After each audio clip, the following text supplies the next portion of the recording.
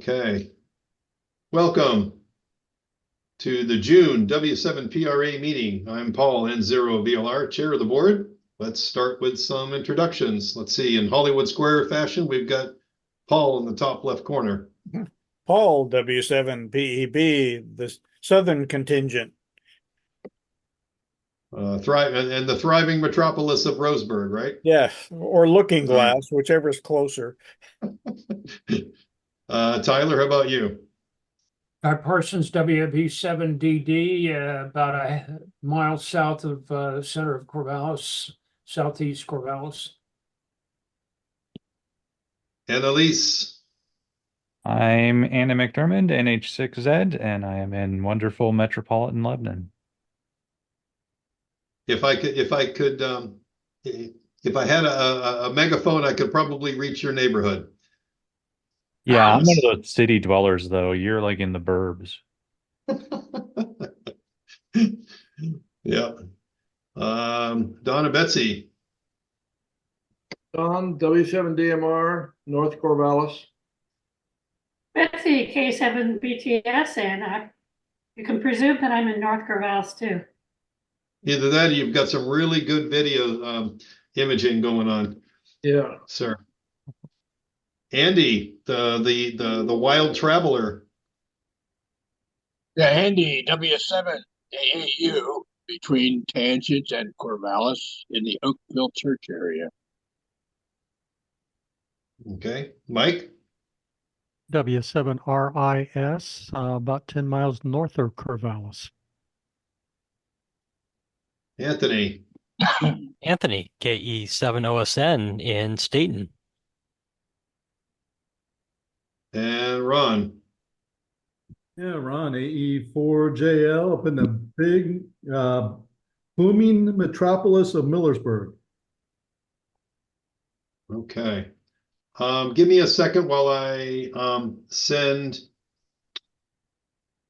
something to Ted. He's having trouble getting into Zoom. I'm going to see if I want to give him a dial-in number. All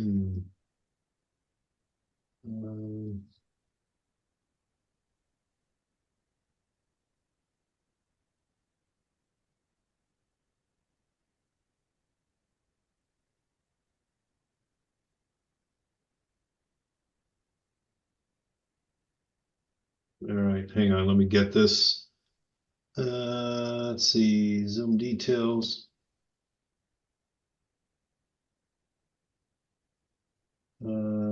Meeting code.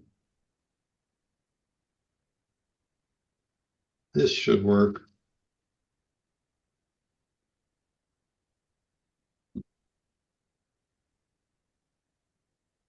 All right, well, we'll see. We'll start without Ted. I think he's just struggling with Hi, Paul. That's not Ted. That's a guy with a funny hat. No, I was saying we'll start without Ted. That's Drew. Drew, where are you at these days? I am up in Astoria now. Congratulations. Yeah, next up is actually getting a house, but And we were just talking about him in good ways. Okay. We'll call that introduction. So that's Drew, W3HES. Okay. Just kind of threw you in there at the last minute there, Drew. We just finished introductions. All right, so we're going to go ahead and do the business portion of the meeting tonight because we've got a bit of discussion for field day. And looks like, Ted, you made it.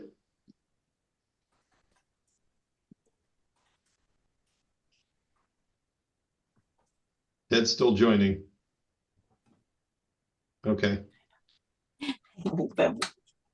Anyway, Babu.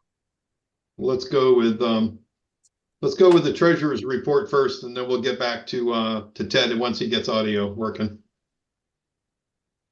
Okay, Treasurer's report. As of June 15, our total assets were $4,064.63. And the breakout of where that money is checking account $1,764.84. Our savings is $2,487.91. We have outstanding checks that haven't come to roost yet of $320. So our total balance is $3,932.75 in OSU banking. Our PayPal account's $128.69. Our Square account is 81 cents. Our cash balance is $2.38. Our total assets again is $4,064.63. That's the end of the treasurer's report. Okay, thank you, Andy. I think I brought up the wrong one. Is this the one you just read from? Is it dated June 15? Yes. Okay, so I had two. We had a corrected one, so that's why. So this is what Andy just read. Yeah. Total is 4064.63. Yes. That is correct. Okay, this is the right one. Yeah, that is the corrected one. The first one I sent was wrong. That's okay. That's okay. Appreciate you correcting it. Tweet. All right. Thank you. Let's see. Ted, are you with us in audio? Can you hear me? Yes. Okay, I don't know why my video is not working, but I had to reinstall Zoom, so I'm here at least orally. Well, we can actually see you in video. We can see your nose and mouth and chest. Yeah, the video camera is a little low. I can't see me. We see you. There we go. Better? Yep. Yes. Okay. So I sent the minutes from May out last Thursday, Thursday, and I heard back from Paul saying he didn't see any problems. If anybody else has any issues or updates or additions or deletions, please let me know at rusty.hinge@gmail.com. Thank you. Thank you, Ted. No, it looked great. The report looked fine. I did. The hardest thing to find is the thing that's missing, and I didn't see anything missing. So unless somebody else sees it missing, but everything else looked right. Okay, great. Thank you for those expedient reports. Ron, you have anything to say about the website? Just that I finished getting Vaughn's pictures up there, so there did add some more pictures. And you know, if there's anything you want up there, let me know.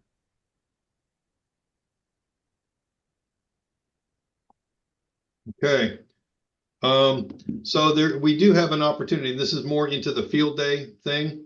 But Ron, when and if the time allows, Chris, AB7DS should be, he said he would be, coming to field day sometime a little afternoon on Saturday. So we'll see if we can get together and talk to him about cross-linking, the long-awaited cross-linking of the websites.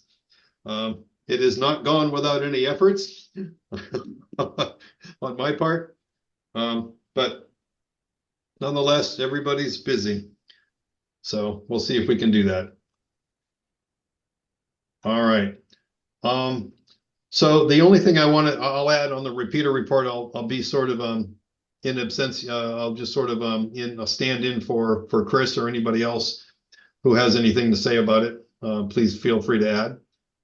Recently, we've been getting some more cross-link into the repeater system intentionally, and it's promoting the youth in the hobby, especially on Sunday nights. They're running a Skywarn net. It's run completely by the youth out of Missouri. I think it starts at 7 or 7:30. They are extremely excited to hear from all over the country, or at least from the West Coast and the Midwest and Texas and Oklahoma and a bunch of other states that are connected through the El Rada network, one of which is being connected to the PRA system by Ken, N6K&E. You might have seen an email from him. I don't know how far wide his email went, but if you have any questions, let me know.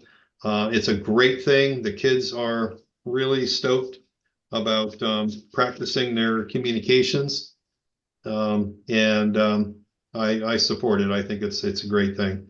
There's other times when they might do like a Saturday morning, I don't know, 10 to 12 connection. Not every Saturday, but there might be sort of a radio audio check-in, and you'll hear some of those stations in the 5 areas and the 4 5s in the 7 area call areas chime in. And that's just cross-linking other linked repeater systems. Please do as you do and welcome them, and give them a chat up, and they love to talk distance, when they're just talking out of their HT out of their backyard or something.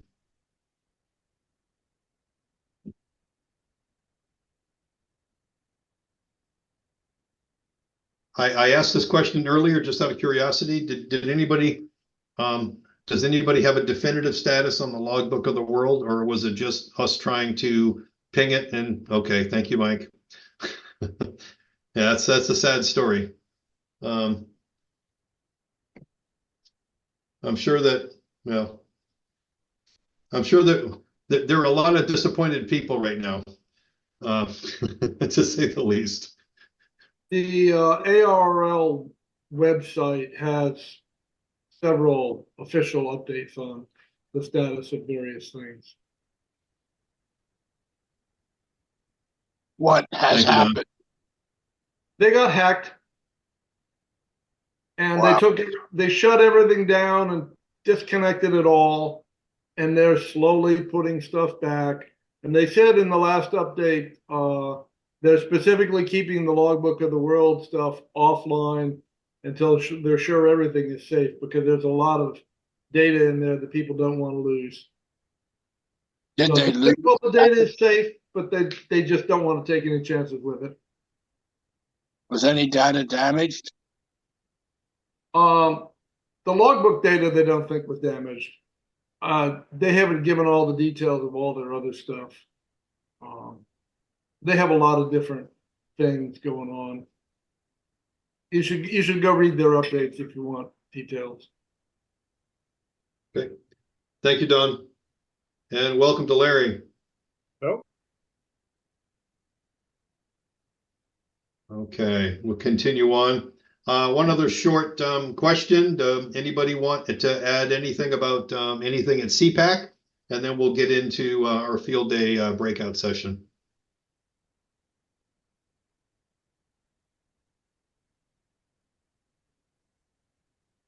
It was a good show. It was a pretty good showing this year. I felt like it was bigger than last year, busier than last year. Although I missed some of the folks that are usually there commercial wise. I was busy enough that I didn't get out to the flea market, so I don't know how the flea market went. I think my favorite thing is there was a company called Innovato, I believe, that was selling some small ARM-based systems for pretty cheap. They were wanting $49 for them. They came in a case and everything, and had a USB hub with them, and a whole bunch of cool little stuff. So where is it? Looks like this. They preloaded it with ham programs and stuff like that so that you could, basically turn it on. And they had 2 versions. One came with a little mini keyboard that I don't know why people would buy it, because it was so small as to be useless. But they've got ham clock loaded on some of them, and so you can do that. And the others, they've got FT8 with a graphical environment. You just pretty much pop in a HDMI monitor. Like I say, for $49 for the entire kit, it was a pretty good deal. So I haven't turned mine on yet, so we'll see. I've been busy enough, but I think that's my favorite thing that I saw.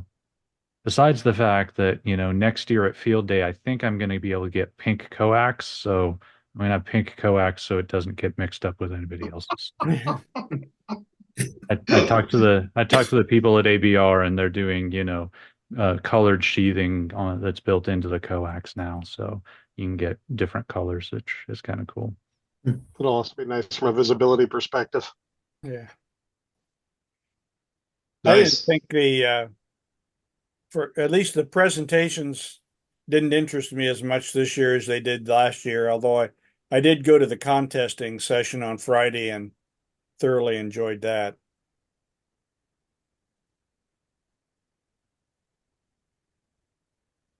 Yeah, they had a couple of more scientific based talks this time.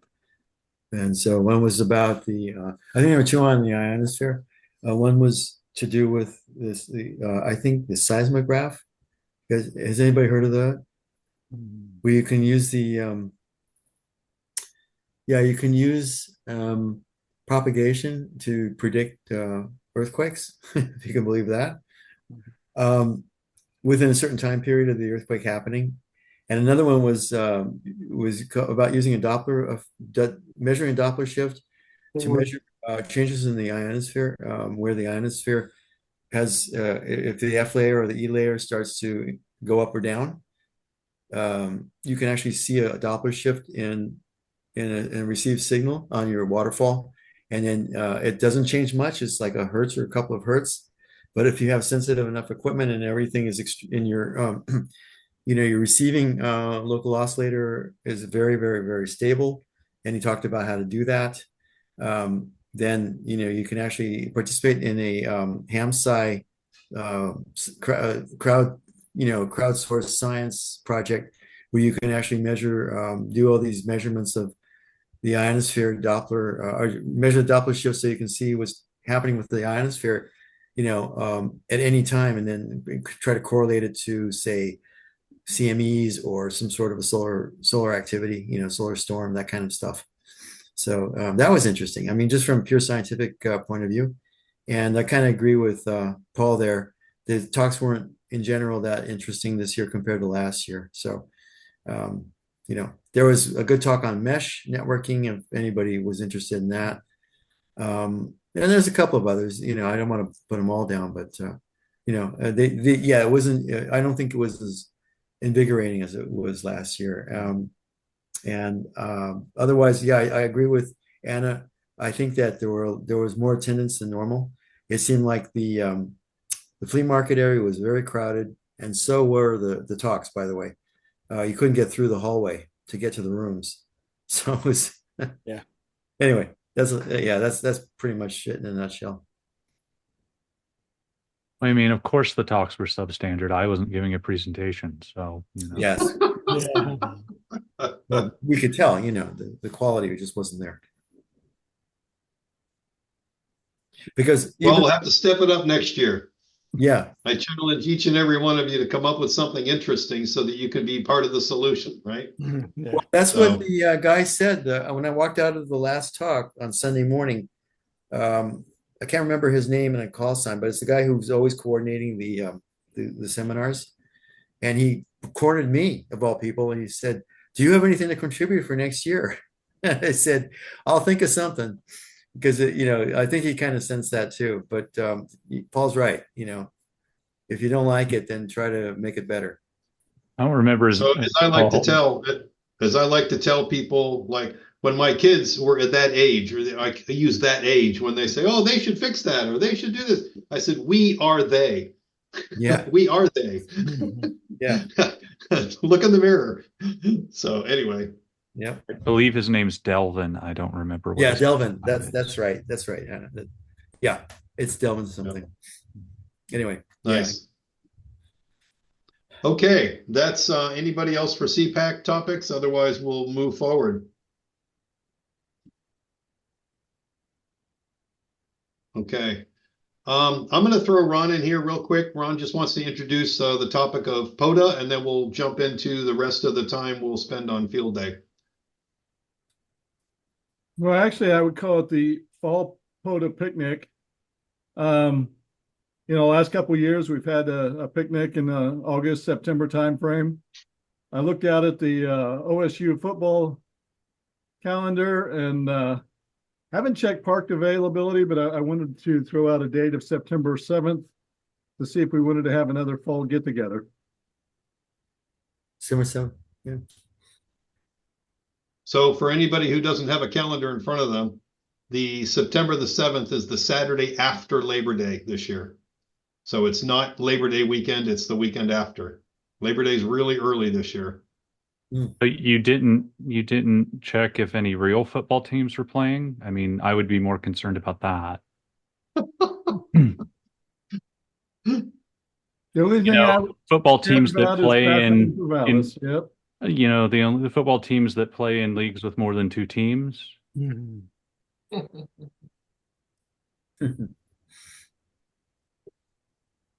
not a football fan. I was just trying to help others out. Yep.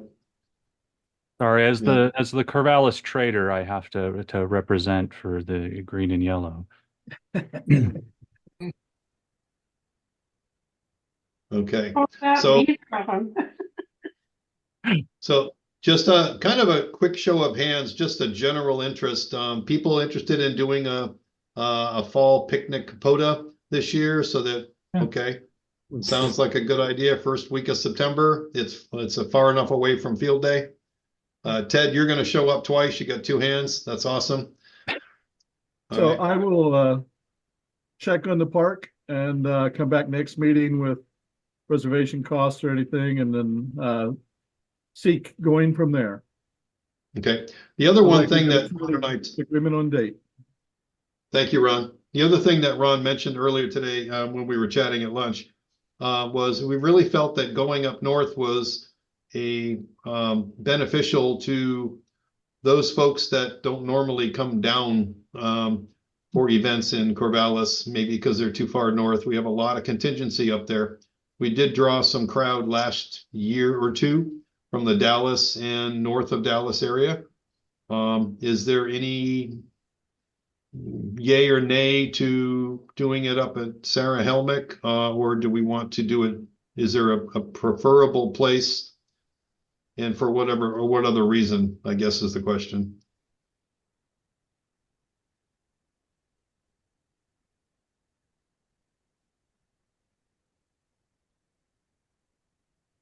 Okay. All right. Thanks, Ron. I just wanted to see if there was any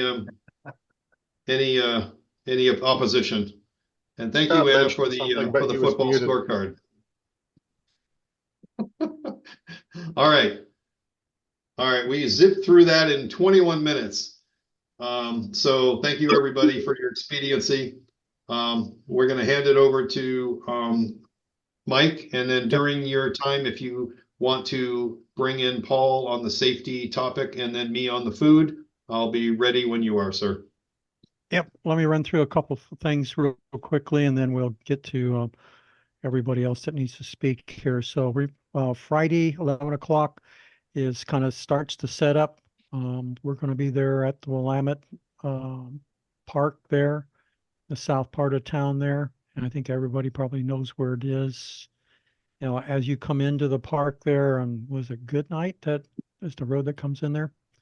And we're on the first little off road there, dirt road that takes you into where the dog park is and where the setup. I'm sure there'll be plenty of vehicles in there everybody can spot what's going on.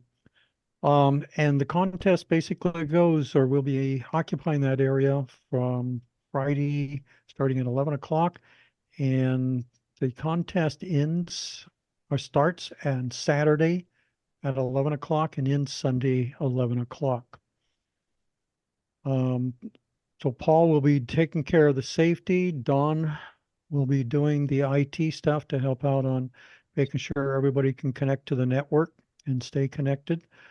I think everybody knows with all the email going around that we're using N3FJP for the logging program. Same thing we've used forever and ever. And the credentials, I have a little piece of paper that'll get handed out for the login credentials and a few other odds and ends on how to get connected to the network. So if you can't quite get it done, then Don's there to help out to make that available.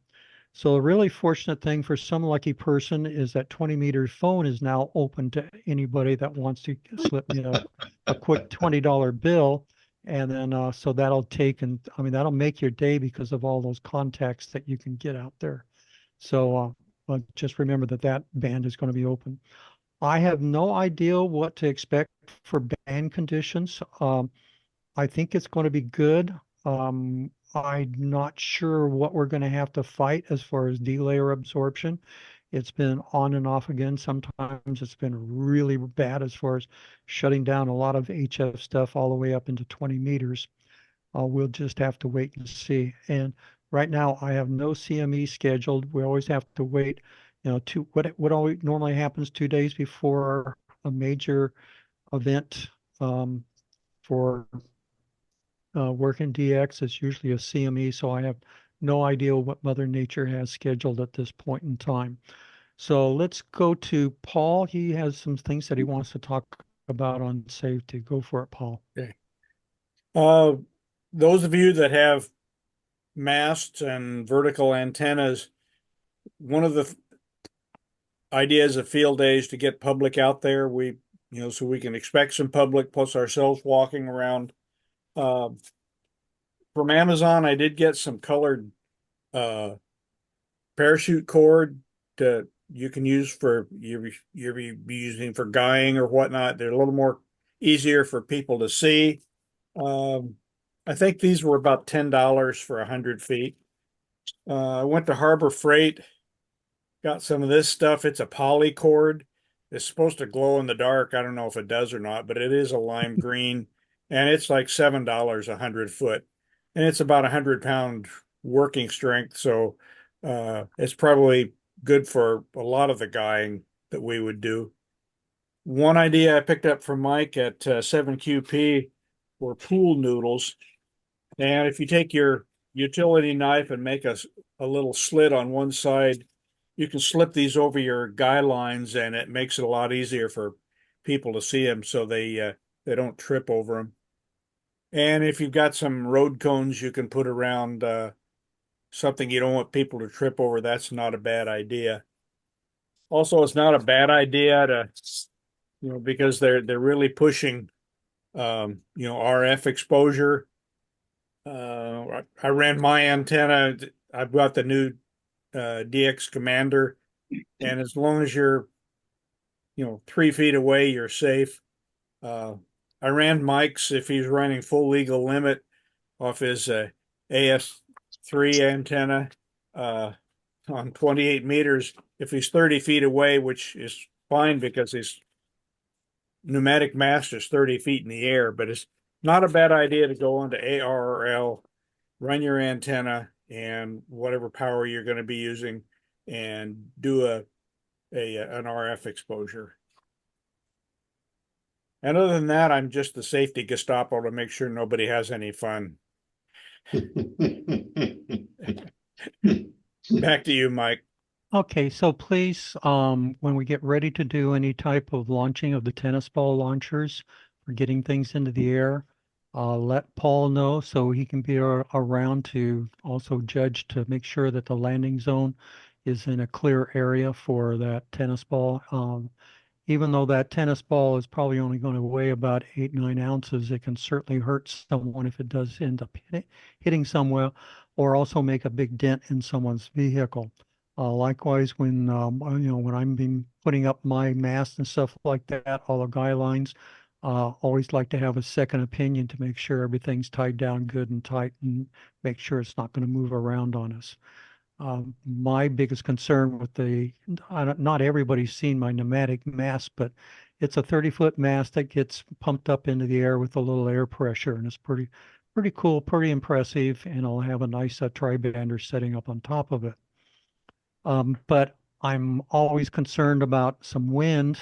I'm a little bit more confident now that I think wind is not going to be a big issue, even if we get some pretty good breezes in the air, but we get some really, really strong stuff. I'm most concerned about. The other thing that I'll mention is that we're coming into a very, very warm time zone. So Friday and Saturday, we're going to be well into the mid 80-degree temperatures. So don't forget your wide brim hats. Don't forget your sunscreen.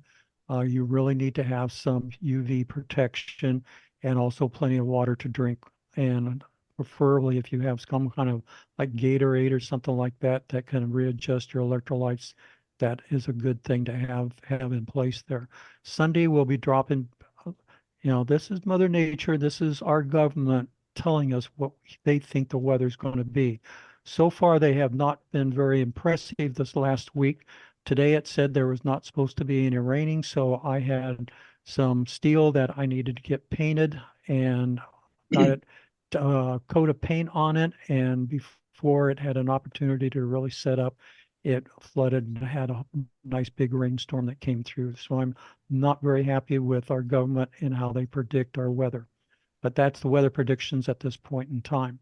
So off to you, Paul. Let's talk about food. Okay.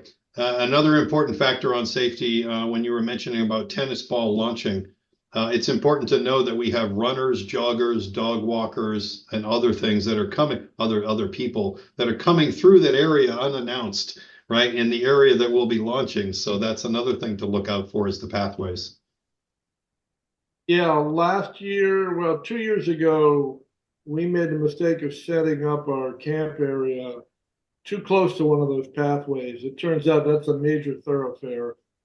But we don't want to block those if we want the neighbors to welcome us in future years. Okay. So I'm not going to go through this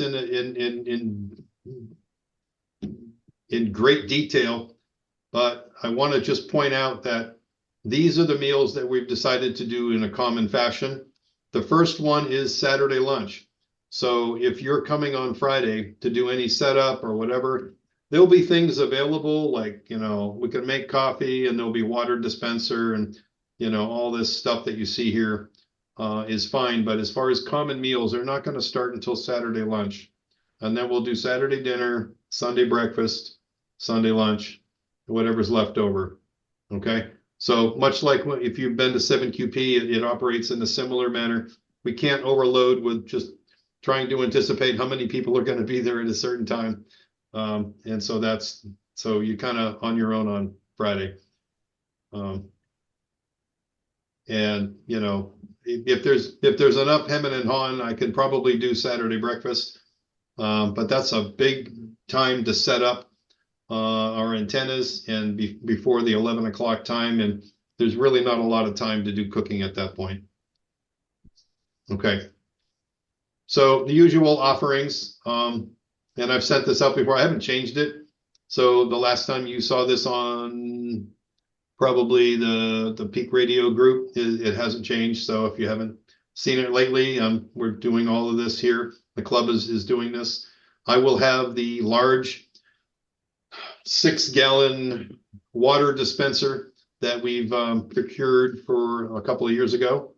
I will find a cooler and get a couple of 20-pound bags of ice and throw it in there for people who want ice.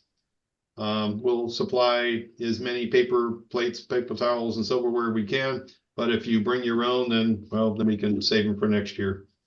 So thought I'd switch it up and do grilled chicken on Saturday and burgers and brats on Saturday dinner.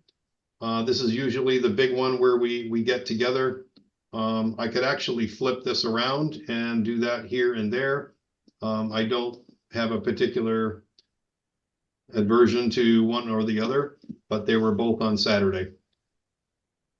Okay, Paul, so one comment there is that for Saturday dinner is also the time that we kind of invite family members in. So make sure you let Paul know what's going on, and so he can have the proper amount of food for any of our invites that are going to pop into our event. Thanks, Mike. Yeah, I was going to end with, now that we see all that, I was going to do some estimations on head counts based on what we knew, and it's ever changing. It looks like Anna just dropped off from that list, but there's been a few others that I've heard on the radio saying that they'll be there. So I'll get up to you that in a minute.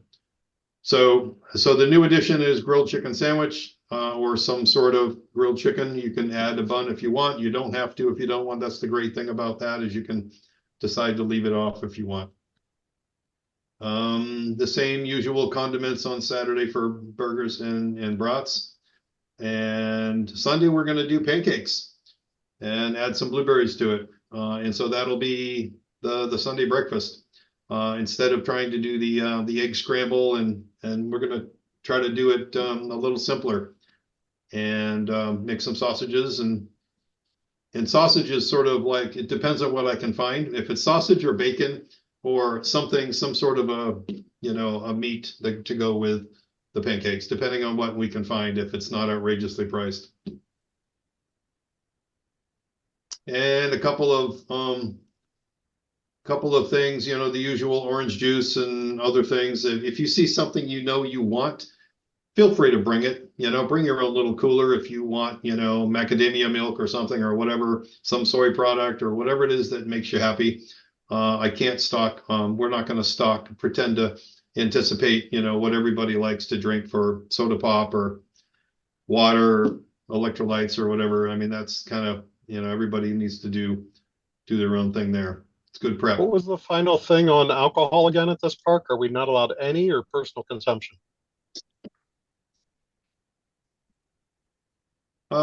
Andy, do you get a reading on that by any chance? Because we do not have an alcohol permit. The reason being is the city of Corvallis has changed their procedure. It used to be you just paid for a permit and then we could consume alcohol. Now they want a special declaration from the insurance company, and they specify the terms that they want the insurance company to write their policy. And then we have to go to the insurance company with the city's request and ask for a special coverage statement from them, which will of course cost an additional fee from the insurance company. And it was that's as much as I understand. I don't know. I don't have the knowledge of actually having done that process to know what really is involved.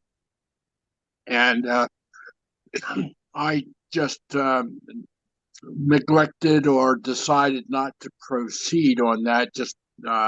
But I left it open if somebody else wanted to pursue that.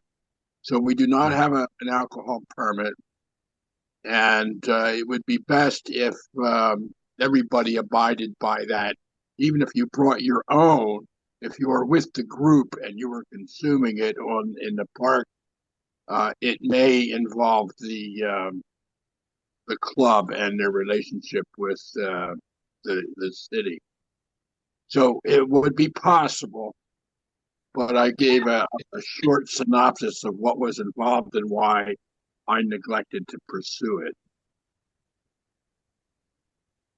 Yeah, and for a little bit of clarification, so under city code, the consumption of alcohol in city parks is prohibited unless you have the alcohol permit through the city parks. So even a individual consuming their own alcohol in a city park by themselves is technically liable for being cited for such. Okay. There we have it. Thank you, Andy, and thank you, Anthony, for the clarification. So we should probably avoid that. It's not like the good old days. Yep. So, Paul, you finished there, or any other things to add? Yeah, I just wanted to see if there was any comments, and the only thing I wanted to add was Mike is developing a list of people who will be at Field Day. That's important for him for due planning, and he sends that to me as far as a head count. I know that there are some people that aren't listed on that because they're mostly campers and operators. There are some significant others and maybe family members and grandkids or whatever that are coming too. And so I'm just doing a across the board, kind of a 25 to 30% more than what we have listed.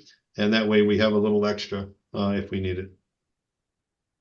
Okay, let me add a couple more things here. So Friday night dinner, I mentioned that to be kind of a family get together.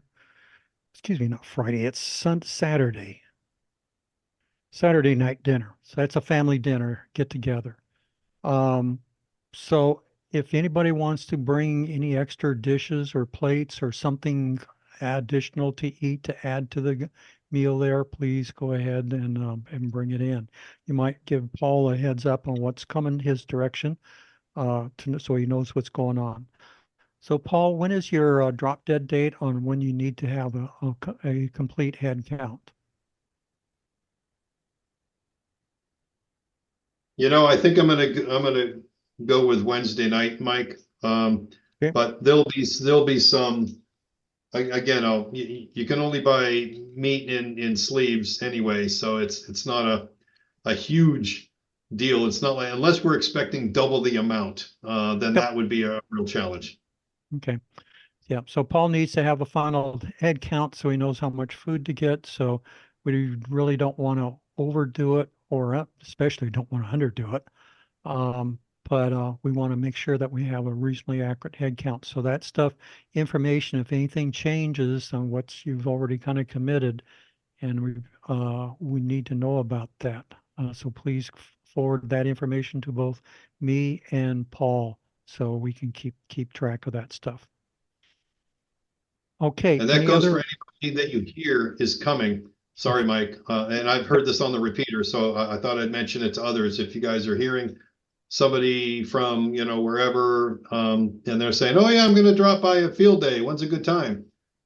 Please let me know that there's at least, one additional head count that's potentially coming, because if those start to add up, then that's where we can go under. Thank you. Okay. Any other questions before we close the subject on field day? Mike, what time do people plan to start showing up on Friday? 11 o'clock. So basically kind of what, you can show up earlier and you can claim a spot, but generally I try and get there a little before 11. And then, so as everybody shows up, I get some idea of where to park them. I always ask what your preference is, or what bench you plan, what you need to hang in the air. So it gives me some idea of what kind of tree and what kind of support structure you need. And so that's about that's when, as soon as we can actually really start setting up, is 11 o'clock Friday morning. Yep. So a couple of things. We might see some familiar or strange faces at field day.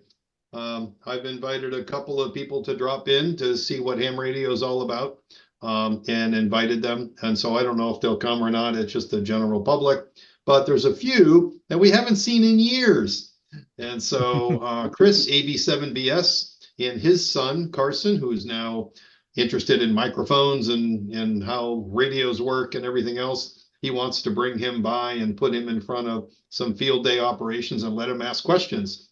That was 3 weeks ago when I talked to Chris. So as long as nothing has changed and no towers are on fire, we might be able to see him. Good. And so the other one, and one of the founding members of the PRA, Steve, W7ETK, ETK, he runs the Newsline for ARRL Newsline every Friday night around 7. He plays it, he plays it over the PRA system.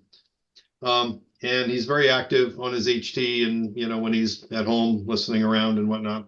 He came last year, I believe, on his bicycle. And so it's very rare for him to have any time off on a Saturday. So he said he got it off, so he should be there.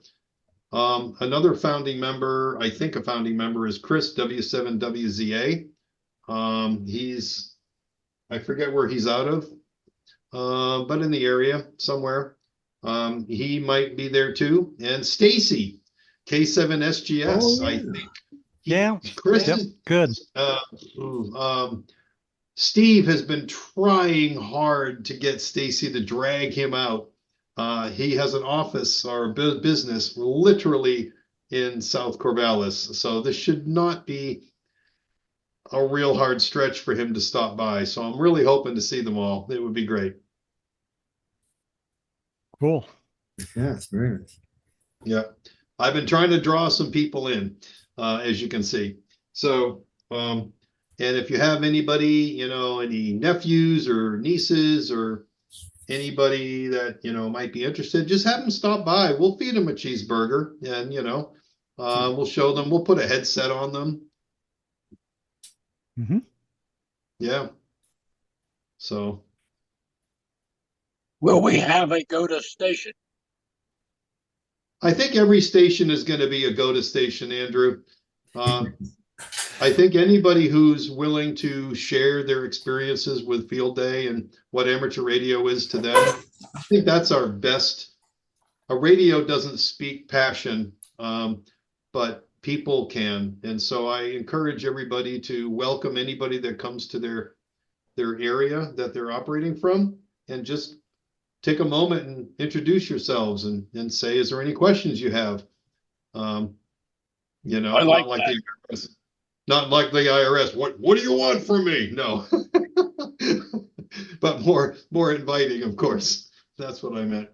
And just share your love for the hobby. That's good. So Paul, I think that's the best way. So Paul, do you have an idea of how many people are doing voice and how many are doing digital? I'm going to defer to Mike on that one. I don't have any advice. You pick and choose whatever you want and let me know. Also, you know, we'll have all the band pass filters there, and I think everybody knows the rules for that. But I don't have any advice. I mean, it's just you get to use whatever you want. It's not advice. It just is, do you know who is going to be doing it? No. Well, okay. What I'm going to do is kind of when we all get there, and then we can all talk amongst ourselves, then we'll partition things up. Thank you. And then we'll change it as conditions change. Because yeah, it's a malleable situation. It's going to change after we make some decisions and spend some time on a band, things are likely to change.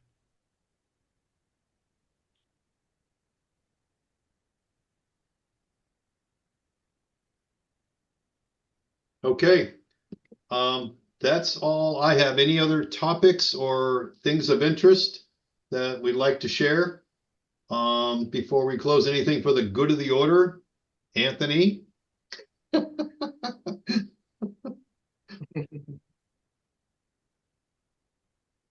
Not a whole lot other than San Diego was a lot of fun.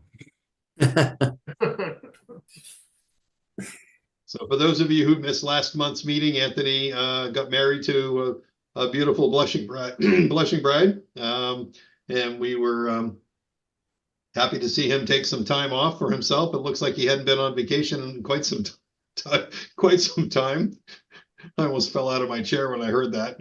But glad you took some time off, Anthony. It was well deserved. Thanks.